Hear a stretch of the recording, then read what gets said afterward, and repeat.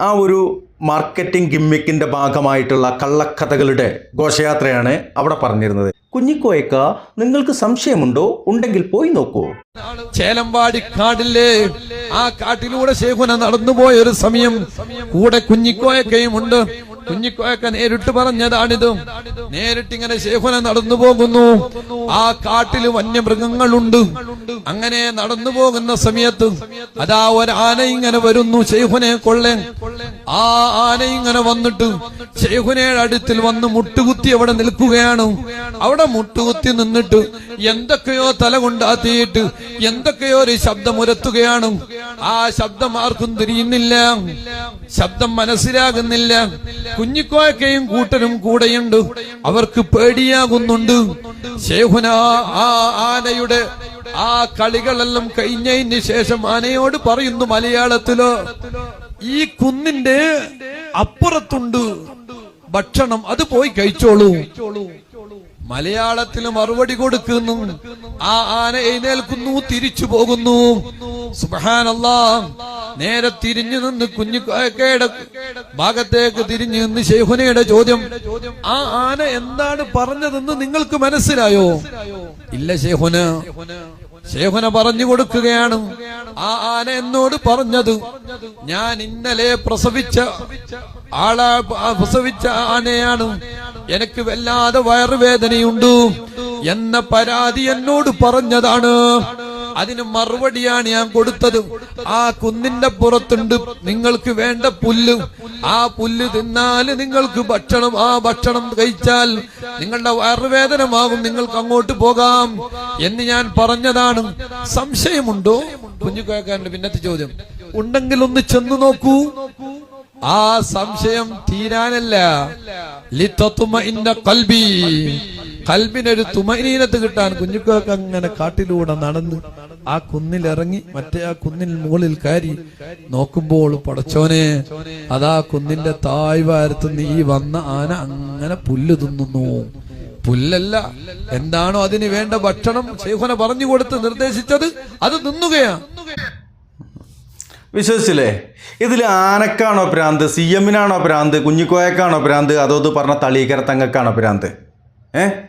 ഒരാന വന്നിട്ട് എന്തൊക്കെ ഇങ്ങനെ ശബ്ദകോലാഹലം ഉണ്ടാക്കുകയാണ്. അപ്പം എന്തായി? CM മടവൂരിന് കാര്യം മനസ്സിലായി. എന്നാൽ CM മടവൂരും അങ്ങനെ തല ഇങ്ങനെ ആക്കിയിട്ട് എന്തേ ശബ്ദകോലാഹലം ആക്കിയിട്ടാണ് പറഞ്ഞു കൊടുക്കാറുണ്ട്. അല്ല, മലയാളത്തിൽ മൊഴിയുകയായിരുന്നു. എന്ത്? നിങ്ങൾക്കുള്ള മരുന്ന് അവിടെയുണ്ട്, അല്ലെങ്കിൽ നിങ്ങൾക്കുള്ള ഭക്ഷണം അപ്പുറത്തുണ്ട്. അപ്പോൾ ആന തലയാട്ടിയിട്ട് ആന ഇങ്ങനെ പോവുക, എന്നിട്ട് അവിടെ പോയിട്ട് ആന ഇങ്ങനെ പുല്ലുന്ന. കുഞ്ഞിക്കോയക്ക, നിങ്ങൾക്ക് സംശയമുണ്ടോ? ഉണ്ടെങ്കിൽ പോയി നോക്കൂ. ഇതിപ്പോൾ ഇത്ര വലിയ കോജരാജാവായ ഔലിയാണെന്നുണ്ടെങ്കിൽ പിന്നെ കുഞ്ഞിക്കോയക്ക് സംശയം ഉണ്ടാകുമോ? അത് സത്യമാവൂലേ? കുഞ്ഞിക്കോയ ഞാനൊന്ന് നോക്കട്ടെ. അപ്പോൾ അവിടെ പോയി നോക്കുമ്പോൾ ആന പുല്ലും നിന്നു.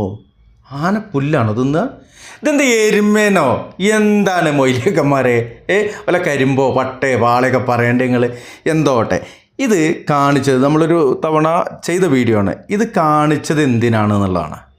പ്രിയമുള്ളവരെ, ഇതിൻ്റെ ഒരു യാഥാർത്ഥ്യം ഒരു വീഡിയോ രൂപത്തിൽ നമുക്കൊന്ന് കുറച്ച് കേട്ട് നോക്കാം. ഇൻഷാ അല്ലാഹ് പരമാവധി അതിൻ്റെ എത്രയാണ് ചെയ്യാൻ പറ്റുക അത്രയും നമുക്കിതിൽ കാണിക്കാം, നോക്കാം. മാസ് മാർക്കറ്റിംഗ് ഗിമ്മിക്കിന്റെ വ്യാജഭക്തി പ്രവേശം സർവ്വസീമകളും ലംഘിക്കുകയാണ്.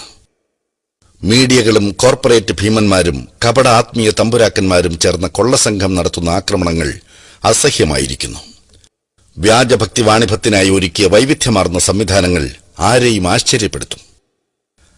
ധ്യാനകേന്ദ്രങ്ങൾ, സത്സംഗമങ്ങൾ, രോഗശാന്തി ശുശ്രൂഷകൾ, സ്വലാത്തുമേളകൾ, ദിവ്യദർശന സദസ്സുകൾ, കരിസ്മാറ്റിക് ക്യാമ്പുകൾ, ജ്യോത്സ്യർ, മാന്ത്രിക ഏലസ്സുകൾ, ചെറുതും വലുതുമായ ശവകുടീരങ്ങൾ, നേർച്ചകൾ. അപ്പോൾ ഈ ഒരു വീഡിയോ ഇതിൻ്റെ കുറച്ചും കൂടി കാണിക്കാം.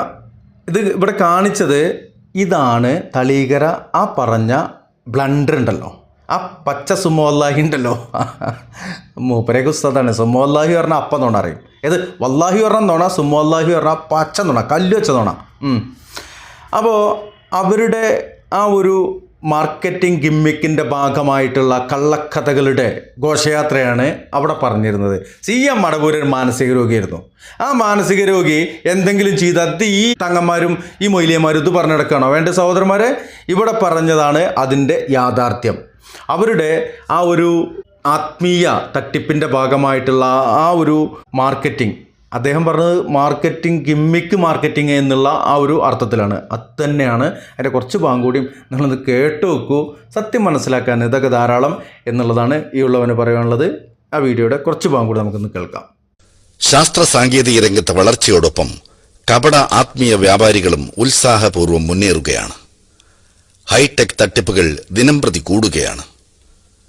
കുബേർ കുഞ്ചി, ധനാകർഷണ യന്ത്രങ്ങൾ, ഹൈക്കലുസിഹാം, നാഗമാണിക്യം, കമ്പ്യൂട്ടർ ജാതകം, അറബി മാന്ത്രികം, രക്ഷാബന്ധങ്ങൾ, വലംപിരി ശംഖ്, ഗജമുത്ത് തുടങ്ങിയവയാണ് പുതുതലമുറയെ ആകർഷിക്കാൻ വ്യാജഭക്തി വ്യവസായികൾ കണ്ടെത്തിയ മാർഗങ്ങൾ. കോടികൾ കൊയ്യുന്ന വൻ വ്യവസായമായി ഇതെല്ലാം എന്നേ മാറിക്കഴിഞ്ഞു. ഇത്തരം ആത്മീയ ചൂഷണത്തിനെതിരെ പൊരുതാൻ ബാധ്യതയുള്ള പാർട്ടികളും വോട്ടിനു വേണ്ടി എല്ലാം നോക്കി നിൽക്കുന്നു. തീർത്ഥാടന കേന്ദ്രങ്ങളും വ്യാജഭക്തി പ്രചാരണവും മലയാളികളുടെ സ്വൈരം കെടുത്തുന്നതിനിടയിലാണ് അന്ധവിശ്വാസങ്ങൾക്ക് ആക്കം കൂട്ടാൻ ഒരു വിഭാഗം കുറച്ച് മുടിയുമായി രംഗത്തെത്തിയിട്ടുള്ളത്. മുഹമ്മദ് നബിയുടെ തിരുകേശമാണത്രേ ഇത്. ശുദ്ധ അസംബന്ധമെന്നല്ലാതെ എന്തു പറയാൻ. തിരുനബി സല്ലല്ലാഹു അലൈഹി വസല്ലമയുടെ മുടി ചെവിക്കുറ്റി വരെ മാത്രം നീണ്ടുകിടന്നുവെന്നും സ്വഹീഹായ ഹദീസുകളിൽ വ്യക്തമാണ്. എന്നിട്ടും ഈ നീണ്ട ചെമ്പൻമുടി നബി സല്ലല്ലാഹു അലൈഹി വസല്ലമയുടേതാണെന്ന് പറയാൻ സമ്പത്തിനോട് അത്രയും ആർത്തി ഉണ്ടാകണം. പരലോകബോധം നഷ്ടപ്പെടുകയും വേണം. പ്രവാചകന്റെ പിൻഗാമികളാരും തിരുകേശൽ സൂക്ഷിച്ചു വയ്ക്കാൻ പള്ളി ഉണ്ടാക്കുകയോ അതിൽ ഭരമേൽപ്പിക്കുകയോ അവ ലക്ഷ്യം വെച്ച് തീർത്ഥാടനങ്ങൾ സംഘടിപ്പിക്കുകയോ ചെയ്തിട്ടില്ല. അതിവിശുദ്ധമായ ആദർശവും സംസ്കാരവുമല്ലാതെ മറ്റ് യാതൊരു ഭൗതിക അവശിഷ്ടങ്ങളും പ്രവാചകന്റേതാണെന്ന് ഉറപ്പിക്കാവുന്നതായി ഇന്ന് ലഭ്യമല്ലതാനും. ആദരവ് അതിര് കവിഞ്ഞ് ആരാധനയിലേക്ക് എത്തുന്ന ഈ പ്രവണതയെ നബി സല്ലല്ലാഹു അലൈഹി വസല്ലം ശക്തമായി തടഞ്ഞിട്ടുണ്ട്. അദ്ദേഹം പറഞ്ഞു, നസ്വാറാക്കൾ ഇബ്നു മറിയമിനെ അമിതമായി പ്രശംസിച്ച പോലെ നിങ്ങൾ എന്നെ അമിതമായി പ്രശംസിക്കരുത്. ഞാൻ അള്ളാഹുവിന്റെ അടിമയും ദൂതനുമാണെന്ന് നിങ്ങൾ പറയുക. കേശജലം വിറ്റ് കോടികൾ നേടാനുള്ള വെപ്രാളത്തിനിടയിൽ മുടിയുടെ നീളം നോക്കാൻ എവിടെ നേരം? എന്തും വിശ്വസിക്കുന്ന അനുയായികളും സ്തുതിപാഠകരും കൂടെയുള്ളപ്പോൾ എന്തിന് ഉത്കണ്ഠപ്പെടണം? വ്യക്തിയെ വിഗ്രഹവത്കരിക്കുമ്പോൾ അവർ ചെയ്യുന്നത് എന്തും സഹിക്കേണ്ടി വരും. ഈ തിരുകേശനാടകത്തിന് കുറെ നാളായി അണിയറയിൽ ഒരുക്കം നടക്കുകയായിരുന്നു. മുടി സൂക്ഷിക്കാൻ കേന്ദ്രം പണിയുന്നവർ പിൽഗ്രിമേജ് ടൂറിസത്തിന്റെ അനന്ത സാധ്യതകൾ മുന്നിൽ കാണുന്നു. ആരുടെയോ മുടി പറിച്ചെടുത്ത് അതിൽ വെള്ളമൊഴിച്ച് കോരിക്കൊടുത്താൽ വരുമാനത്തിന്റെ നിലയ്ക്കാത്ത ഉറവയായി അത് മാറുമെന്ന് ഹൈടെക് പുരോഹിതർ മനസ്സിലാക്കുന്നു. ദൈവത്തെ മാത്രം ആരാധിക്കാനാണ് പള്ളികൾ നിർമ്മിക്കുന്നത്. അവിടെ ശവകുടീര പൂജയോ അവശിഷ്ട പൂജയോ മതം അനുവദിക്കുന്നില്ല. അള്ളാഹു പറയുന്നത് നോക്കൂ, പള്ളികൾ അള്ളാഹുവിനുള്ളതാകുന്നു. അതിനാൽ നിങ്ങൾ അള്ളാഹുവോടൊപ്പം ആരെയും വിളിച്ചു പ്രാർത്ഥിക്കരുത് എന്നും രണ്ടാം ഖലീഫ ഉമർ റളിയല്ലാഹു അൻഹുവിനോടൊപ്പമുള്ള യാത്രയിൽ പ്രവാചകൻ നമസ്കരിച്ച സ്ഥലത്ത് തന്നെ നമസ്കരിക്കണമെന്ന് നിർബന്ധം കാണിച്ച പ്രവാചക അനുയായികൾക്ക് ഉമർ റളിയല്ലാഹു അൻഹു നൽകിയ താക്കീത് ഏറെ ശ്രദ്ധേയമത്രേ. നിശ്ചയം വേദക്കാർ നശിച്ചത് തങ്ങളുടെ നബിമാരുടെ അവശിഷ്ടങ്ങൾ പിന്തുടരുകയും ആ സ്ഥലങ്ങൾ ആരാധന നടത്തുവാനുള്ള ചർച്ചുകളും മഠങ്ങളുമാക്കുകയും ചെയ്തതിനാൽ മാത്രമാണ്. നബി സല്ലല്ലാഹു അലൈഹി വസല്ലം നമസ്കരിച്ച ഒരു സ്ഥലത്തെത്തുമ്പോൾ ആർക്കെങ്കിലും നമസ്കാര സമയമായാൽ അവൻ നമസ്കരിക്കട്ടെ, അല്ലെങ്കിൽ അവൻ സ്ഥലം വിട്ടുകൊള്ളട്ടെ. പ്രവാചക സ്നേഹത്തിന്റെ മറവിൽ മനുഷ്യരെ ചൂഷണം ചെയ്യുന്നവർ അപരാധമാണ് കാണിക്കുന്നത്.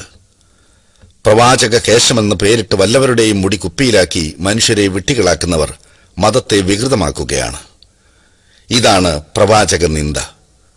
മുഹമ്മദ് നബിയോടുള്ള സ്നേഹം അവിടുത്തെ വിശുദ്ധമായ ജീവിതം പകർത്തിയാണ് പ്രകടിപ്പിക്കേണ്ടത്, ഇല്ലാത്ത മുടിയുടെ പേരിലുള്ള കോലാഹലങ്ങളിലൂടെയല്ല.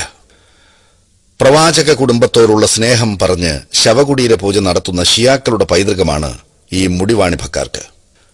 ഇറാനിലെ ഖുമ്മും നജഫും ഏറ്റവും വികൃതമായ ശവകുടീര പൂജ നടത്തുന്ന സ്ഥലങ്ങളാണ്. ദൈവത്തിൽ ഭരമേൽപ്പിക്കേണ്ട മനുഷ്യരെ വല്ല അവശിഷ്ടങ്ങളിലും ഭരമേൽപ്പിക്കാൻ പ്രേരിപ്പിക്കുന്നത് കൊടിയ പാതകമാണ്. ഈ തട്ടിപ്പിന് കൂട്ടുനിൽക്കാൻ ആർക്കാണാവുക? ആരോ കാണുന്ന പൈശാചിക സ്വപ്നങ്ങൾക്കനുസരിച്ച് കൾട്ടുകൾ നിർമ്മിക്കുന്നത് അത്യാപത്താണ്.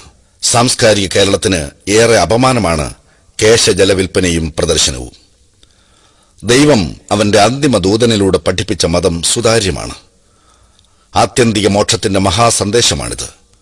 മതത്തിന്റെ അപനിർമ്മിതിയിലൂടെ അതിനെ പരിഹസിക്കുന്നവരെ തിരിച്ചറിയാനാവണം. ദൈവത്തിൽ പിടിവിട്ട് അധമരാകുന്നവരുടെ ചിത്രം ഖുർആനിൽ വിവരിക്കുന്നത് കാണുക. അള്ളാഹുവിനോട് വല്ലവനും പങ്കുചേർക്കുന്ന പക്ഷം അവൻ ആകാശത്തു നിന്ന് വീണതുപോലെയാകുന്നു. അങ്ങനെ പക്ഷികൾ അവനെ റാഞ്ചിക്കൊണ്ടുപോകുന്നു, അല്ലെങ്കിൽ കാറ്റ് അവനെ വിദൂര സ്ഥലത്തേക്ക് കൊണ്ടുപോയി തള്ളുന്നു. മതത്തിന്റെ സൈദ്ധാന്തിക അടിത്തറയായ ഏകദൈവാരാധന നടത്തുന്നവർക്ക് ലഭിക്കുന്ന നിർഭയത്വം ഖുർആനിൽ വിവരിക്കുന്നത് നോക്കൂ. വിശ്വസിക്കുകയും തങ്ങളുടെ വിശ്വാസത്തിൽ അന്യായം കൂട്ടിക്കലർത്താതിരിക്കുകയും ചെയ്തവരാരോ അവർക്കാണ് നിർഭയത്വമുള്ളത്. അവർ തന്നെയാണ് നേർമാർഗം പ്രാപിച്ചവർ. ദൈവത്തിന്റെ സൃഷ്ടികളിലോ ശവകുടീരങ്ങളിലോ അവശിഷ്ടങ്ങളിലോ അല്ല ഭരമേൽപ്പിക്കേണ്ടത്. പ്രപഞ്ചനാഥനായ ദൈവത്തിലാണ് ഏത് ഘട്ടത്തിലും മനുഷ്യർ ഭരമേൽപ്പിക്കേണ്ടത്. ഖുർആനിൽ പറയുന്നത് കേൾക്കൂ. അല്ലാഹുവേ, നീ ഭരമേൽപ്പിക്കുകയും ചെയ്യുക. കൈകാര്യകർത്താവായി അല്ലാഹു തന്നെ മതി. മനുഷ്യരെ കൃത്യമായി അറിയുന്ന കാരുണ്യവാനായ ദൈവത്തിൽ സർവവും സമർപ്പിക്കുമ്പോൾ ലഭിക്കുന്ന സ്വസ്ഥതയ്ക്കും സമാധാനത്തിനും അതിരുകളില്ല. ഇരു ലോകത്തും അവർക്ക് ലഭിക്കുന്ന അനർഘമായ ഐശ്വര്യത്തെക്കുറിച്ചുള്ള നബിവചനം എത്ര അർത്ഥവത്താണ്. നിങ്ങൾ അല്ലാഹുവിൽ പൂർണ്ണ ബോധ്യത്തോടെ ഭരമേൽപ്പിക്കുകയാണെങ്കിൽ പക്ഷിക്ക് ആഹാരം നൽകുന്നത് പോലെ നിങ്ങൾക്കും ആഹാരം നൽകും. അവ ഒട്ടിയ വയറുമായി രാവിലെ പുറപ്പെട്ട് വയറ് നിറഞ്ഞ നിലയിൽ വൈകുന്നേരം മടങ്ങിവരുന്നു. ദൈവേതര ശക്തികളിൽ ഭരമേൽപ്പിക്കുന്നതിന്റെ നിരർത്ഥകതയും അപകടവും ബോധ്യപ്പെടുത്തുന്ന പ്രവാചക വചനം ഹൃദയഭിത്തിയിൽ കൊത്തിവയ്ക്കേണ്ടതുണ്ട്. ഒരാൾ ജ്യോത്സ്യനെ സമീപിച്ച് വല്ലതും തേടിയാൽ അയാളുടെ 40 രാവിലെ നമസ്കാരം സ്വീകരിക്കപ്പെടുകയില്ല. തീർച്ചയായും ശിർക്കൻ മന്ത്രങ്ങളും ഏലസുകളും ക്ഷുദ്രവിദ്യകളും ബഹുദൈവത്വമാകുന്നു. ജ്യോത്സ്യന്മാരെ സമീപിക്കാനും ശവകുടീരാരാധന നടത്താനും അവശിഷ്ട പൂജയിൽ മുഴുകാനും ഉന്നത ബിരുദം പേറുന്നവരെപ്പോലും ഏറെ പ്രേരിപ്പിക്കുന്നത് ഇവയ്ക്കെല്ലാം അദൃശ്യമറിയുമെന്ന മൂഢധാരണയിലാണ്. അദൃശ്യം പ്രപഞ്ചനാഥനല്ലാതെ മറ്റാർക്കും അറിയില്ല, അവന്റെ ദൂതന്മാർക്ക് പോലും. ഖുർആനിൽ പറയുന്നത് നോക്കൂ. തീർച്ചയായും അല്ലാഹുവിന്റെ പക്കലാണ് അന്ത്യസമയത്തെ പറ്റിയുള്ള അറിവ്. അവൻ മഴ പെയ്യിക്കുന്നു, ഗർഭാശയങ്ങളിലുള്ളത് അവൻ അറിയുകയും ചെയ്യുന്നു. നാളെ താൻ എന്താണ് പ്രവർത്തിക്കുക എന്ന് ഒരാളും അറിയുകയില്ല.